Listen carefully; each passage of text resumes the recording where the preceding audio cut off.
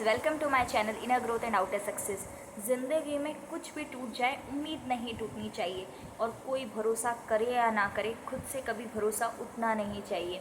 Actual में ये कहानी एक छोटे से बच्चे की है जो जापान में रहता था। उसके घर की कंडीशन इतनी अच्छी नहीं थी, फाइनेंशियली कंडीशन भी इतनी अच्छी नहीं थी, जिसकी वजह से उसको सिर्फ 10th पढ़ने के बाद ही एक शॉप पे काम स्टार्ट किया उसने।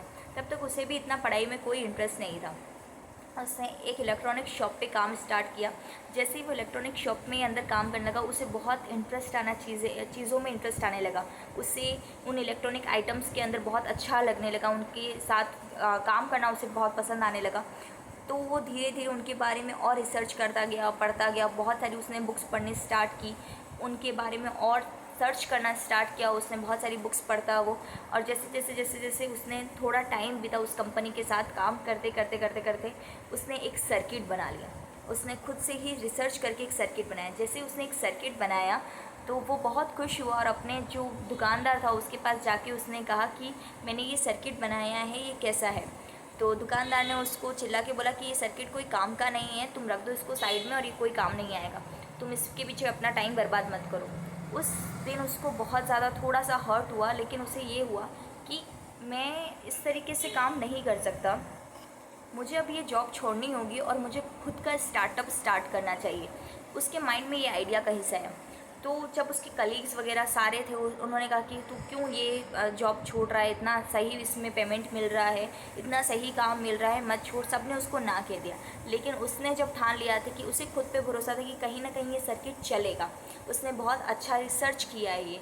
और उसके बाद उसने और उसकी वाइफ ने मिलकर सिर्फ 22 साल की उम्र के अंदर अपना स्टार्टअप स्टार्ट कर दिया। जब अपना स्टार्टअप स्टार्ट किया उसने, तो उसके पास इतना पैसा नहीं था कि वो बहुत ज़्यादा काम कर सके। तो उसने जो जो उसके पास चीज़ें थी उसी के थ्रू उसने काम करना स्टार्ट किया। अपने ही घर को यूज़ किया और अपने ही घर पे उसने वो सर्किट्स बनाने स्टार्ट किए। 1 दिन बीता, 2 दिन बीते, 1 महीना बीत गया, 2 महीने बीत गए, लगभग 1 साल बीत गया। कोई भी सर्किट नहीं बिका। वो हर दिन उठते, हर दिन सर्किट बनाते, हर दिन काम करते, किसी भी दिन वो रखे नहीं। लेकिन 1 साल के बाद जब ऐसी नौबत आ गई कि उनके पास अब कुछ भी नहीं था जिसके थ्रू वो काम कर सकें, उनके पास खाने के भी पैसे बचने के लिए तैयार नहीं थे।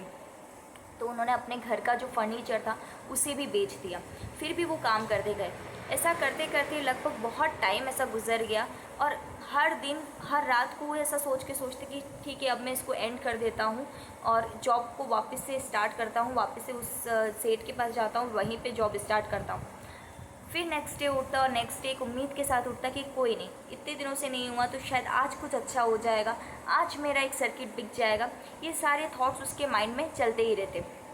और जब ऐसे सारे थॉट्स चलते, 1 साल बीतने के बाद जब ऐसी कंडीशन आ गई कि अब उनके घर में कुछ भी नहीं बचा खाने के लिए, तो फिर उस टाइम पे जो ये फाउंडर थे, इन्होंने सोचा कि ठीक है, अब मैं ये काम और नहीं कर सकता और अब मुझे वापस से जॉब ज्वाइन करनी होगी।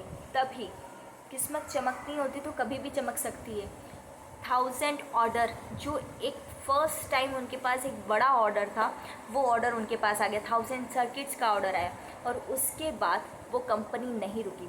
उस कंपनी का नाम है पैनासोनिक। और पैनासोनिक कंपनी के जो फाउंडर हैं, कोनोसुके मात्सुशिता की कंपनी जो है, इनकी ये स्ट्रगलिंग की कहानी है कि ज़िंदगी में उन पर किसी ने भरोसा नहीं किया था। उन्होंने सबने ना कह दिया था कि जॉब मत कीजिए, जॉब छोड़ दीजिए, जॉब को छोड़कर अपना स्टार्टअप मत कीजिए। ये सारी चीज़ें उनके सामने आई थी। लगभग 1 साल 1.5 साल हो चुका था उनको काम करते कंडीशन भी ख़राब हो गई जहाँ पर, फिर भी वो नहीं रुके। उन्होंने ठान लिया था कि मुझे ये काम करना है और इस काम के थ्रू ही मैं आगे बढ़ सकता हूँ।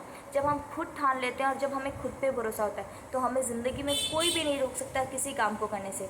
धन्यवाद, मिलते हैं नेक्स्ट स्टोरी में।